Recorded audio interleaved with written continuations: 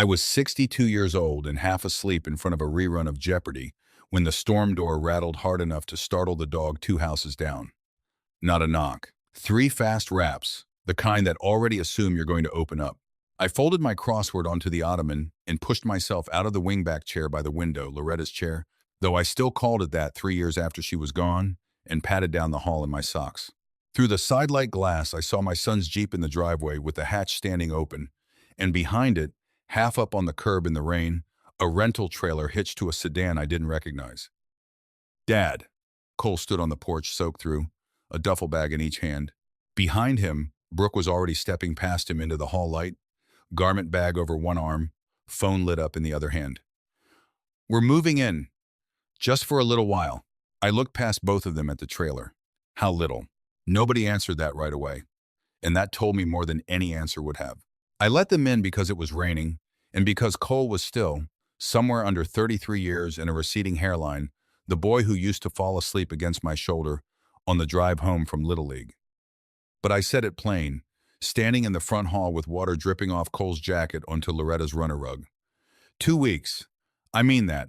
This isn't a hotel, and I'm not running one. Cole nodded fast, the way you nod when you're not really listening, just waiting for the sentence to be over. Brooke smiled at me like I'd agreed to something friendlier than what I'd actually said, and rolled her suitcase over the threshold before I'd finished getting the storm door latched.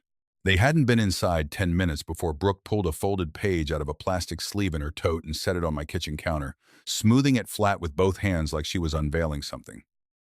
Household expectations and shared responsibilities.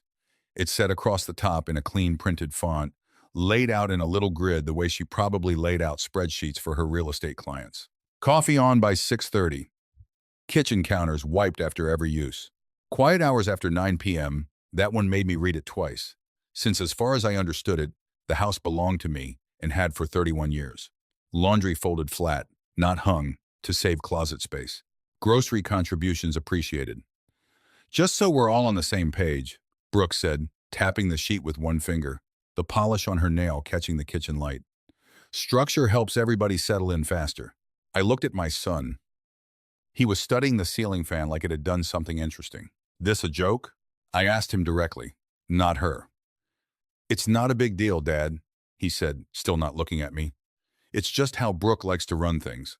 I thought about pointing out that Brooke didn't run anything here, that the deed had my name on it and Loretta's ashes were up in the cedar box in my closet, and this was still very much my kitchen.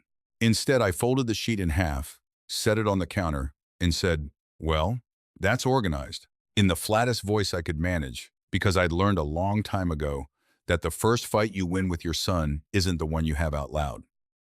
I gave them the guest room that first night, clean sheets, the good towels, the little space heater in case the vent didn't reach that far back, and I even hauled one of their bags down the hall myself before my hip reminded me I hadn't been 40 in a long while. Cole caught me in the hallway afterward while Brooke was still out at the car. Thanks, Dad, he said quiet. You good? I asked him. He shrugged. Rough few months. Lease didn't renew the way we thought it would.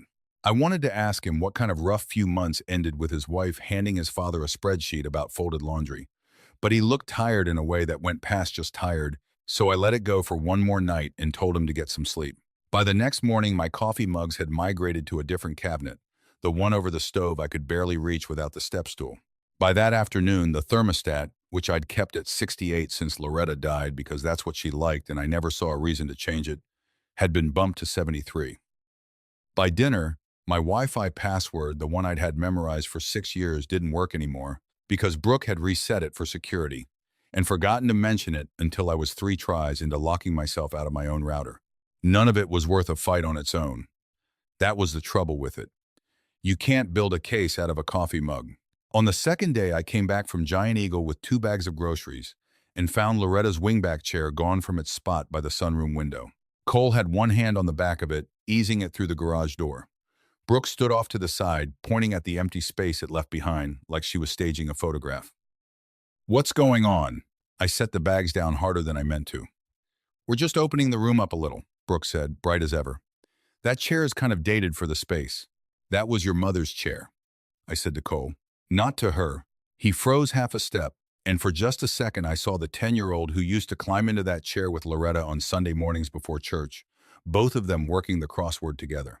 Then Brooke said, easily, "We're not throwing it out, Walt, we're just storing it." And Cole looked at the floor and kept carrying. They put it in the garage under a moving blanket, wedged behind two plastic storage bins like they were burying it on purpose. That night, I found the household expectation sheet had moved two tape now to the refrigerator, square in the middle, right over the photo of Loretta holding Cole on his first Christmas. I stood there a long minute before I slid the picture out from under the tape and moved it 3 inches to the left so I could still see her face past the laminate corner. At exactly 6:30 the next morning, the time on their own sheet, if anyone was counting, I got up and didn't bother being quiet about it. I dragged my old air compressor in from the garage and ran it in the hallway outside the guest room door, that low mechanical growl building up pressure like a jet idling. Then I turned on the garbage disposal, then the coffee grinder, then the little radio on the windowsill, tuned to George Strait out of a Dayton station Loretta used to hum along with while she did the dishes. The guest room door flew open. Brooke stood there in a robe, hair everywhere, eyes narrow. "What are you doing?" I switched off the compressor. "Morning. It's 6:30. I know what time it is." Cole appeared behind her, rubbing his face. "Dad, come on." I leaned on the compressor handle. Figured if we're all keeping schedules now, I'd start with mine. Neither of them had an answer for that, which was the first time since they'd shown up that Brooke didn't have one ready. I smiled, not because it was funny, but because if I hadn't, I might have said something I couldn't take back over coffee. Within the first couple of weeks, I'd learned something about losing a house, a little at a time. It doesn't come at you all at once. Nobody walks in and plants a flag in the carpet. They move one mug, one chair, one password, and if you don't push back hard enough, fast enough, your silence starts looking like permission. Cole started parking in my spot in the garage, the left bay, where I'd kept my truck for 26 years without asking. He just pulled his Jeep in one evening after work and left my truck sitting out in a March drizzle. When I came out through the kitchen, he was already climbing out, laptop bag over his shoulder. "Figured it made sense," he said, before I'd even asked. "Brooke's got the driveway, and you don't really go anywhere at night. Is that right?" I said. "I mean, just while we're here. Just while we're here." That phrase started doing a lot of work. Brooke used it for everything. She used it when she swapped my grocery list for a meal prep app subscription she said she'd expense back once things settled. She used it when a sectional sofa showed up on a Saturday morning, still wearing its delivery tags, exactly where the wingback chair used to sit. She used it when a second delivery arrived, 4 days later. A 70-inch television, still boxed while I happened to know, because Cole had let it slip over dinner 2 nights before, that they were 3 months behind on the Jeep payment and carrying more credit card debt between them than I'd made in some whole year's working. "You two buying furniture for a place you're only staying a couple weeks?" I asked, standing in my own living room with a grocery bag still in my hand. Brooke laughed. "Easy. It's an investment, Walt. We can always take it with us." She never called me Dad. Never Mr. Doyle either. Just Walt, the way you'd address a coworker you were trying to manage without quite offending.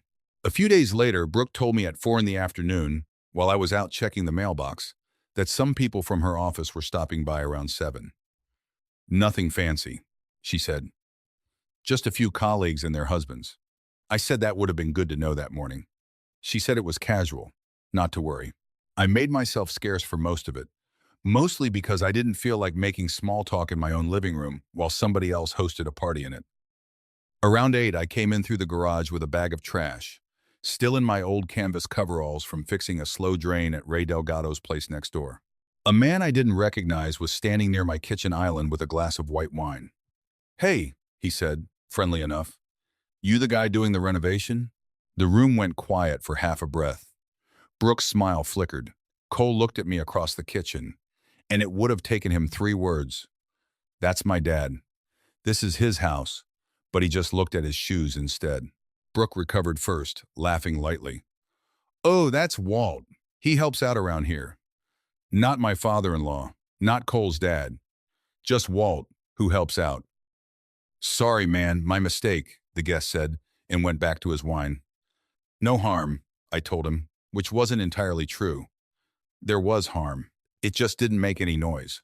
I went upstairs after that, sat on the edge of the bed, and looked at Loretta's picture on the dresser, the one from Put-in-Bay, hair blown sideways, laughing at me because I never once managed to hold the camera level.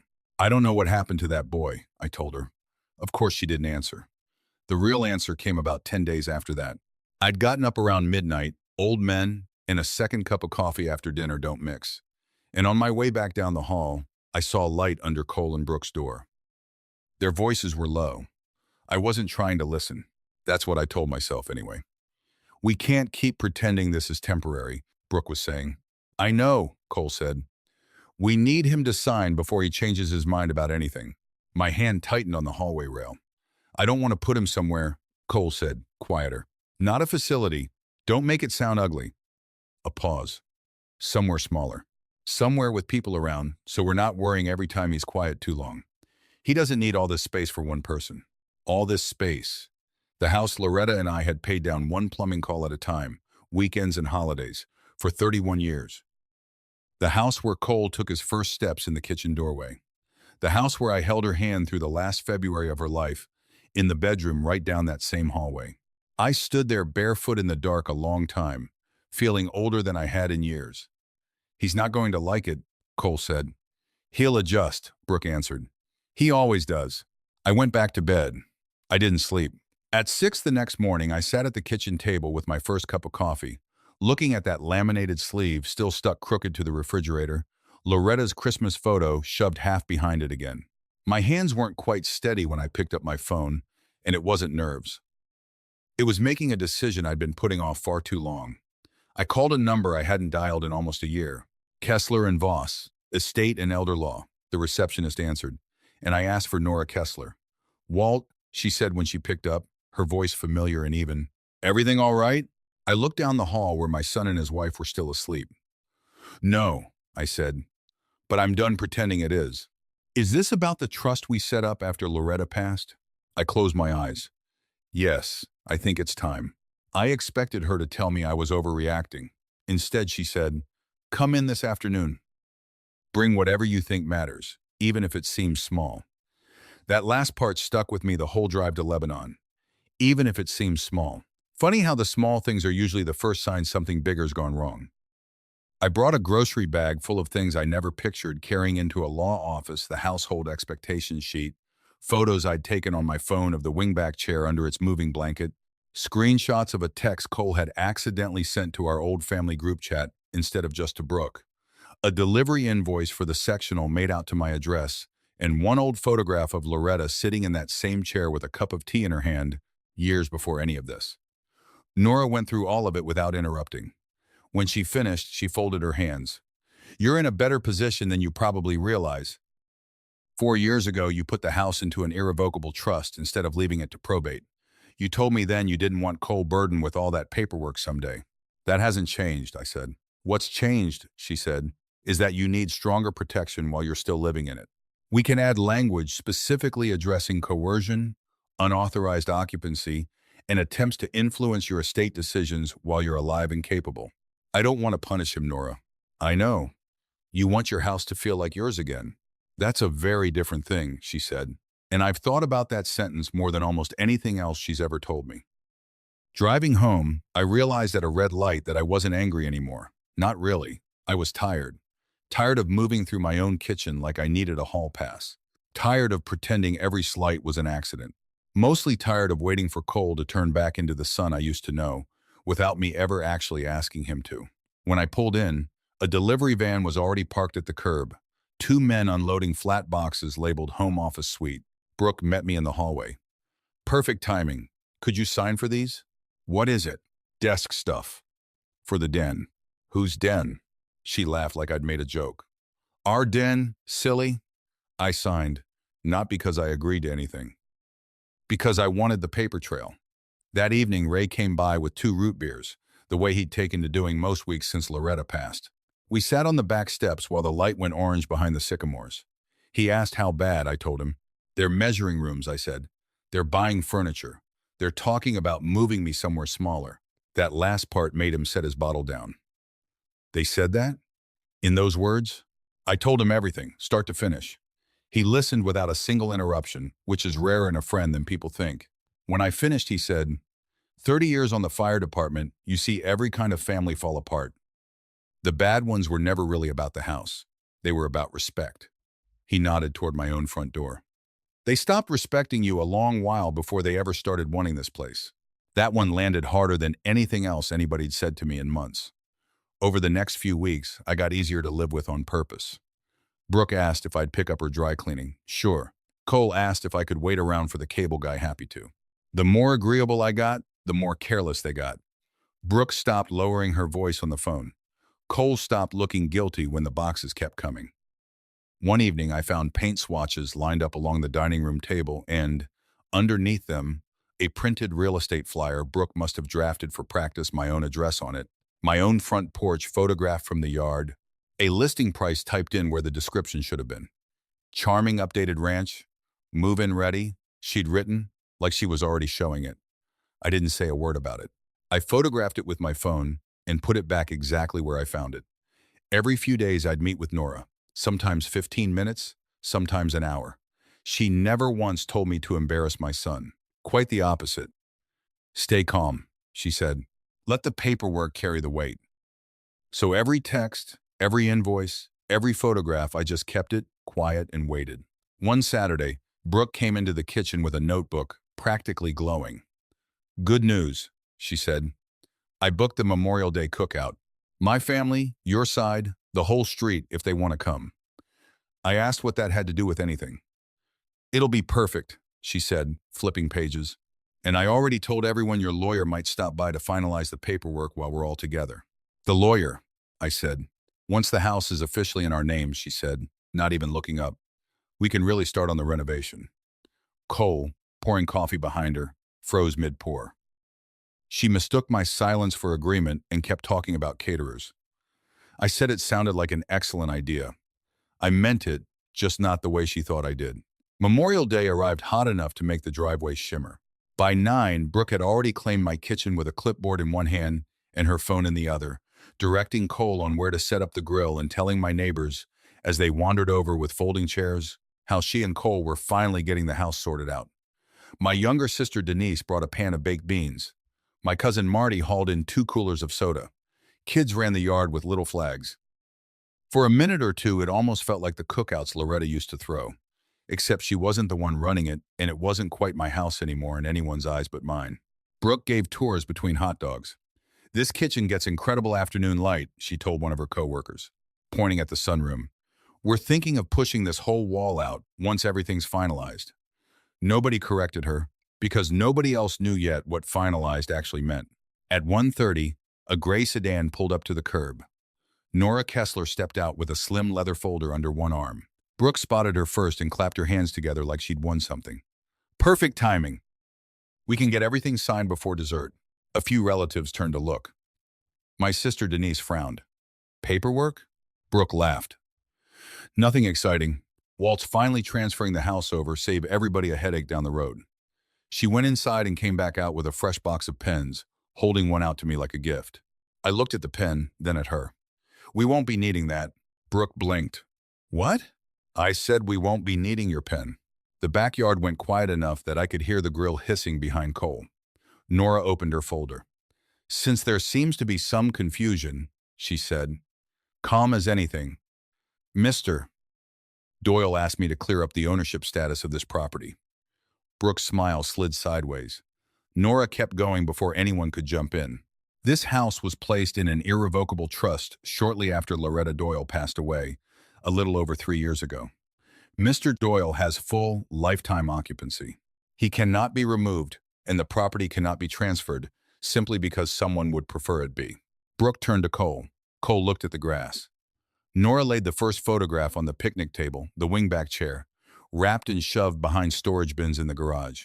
My sister put a hand over her mouth. Next, a photo of the refrigerator. Loretta's Christmas picture half hidden behind that laminated sheet. Then printed screenshots. One line highlighted.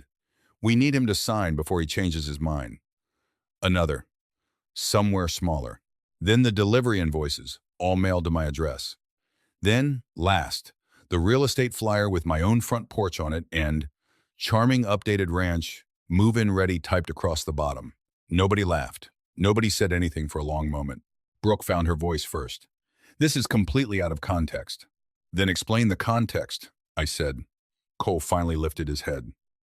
He looked at the photo of his mother's chair, then toward the garage, then at me, and something in his face just gave way. I knew what she wanted, he said, voice cracking. I told myself it would never actually get that far. He looked straight at me for the first time in weeks. I was wrong. Brooke grabbed his arm. Cole! He pulled away, gentle but sure. No. Dad deserves to hear it. He turned fully to face me. I should have said something the first night. When she handed you that list, when she moved Mom's chair, when that guy thought you were the contractor, and I just stood there. His eyes were wet now. And I didn't. After a while, Brooke spoke again, quieter than I'd ever heard her. I never meant to hurt anyone. She actually looked like she believed that. I thought families were supposed to help each other. They are, I said. I figured if we were going to inherit this place eventually anyway, making it work better for us now just made sense.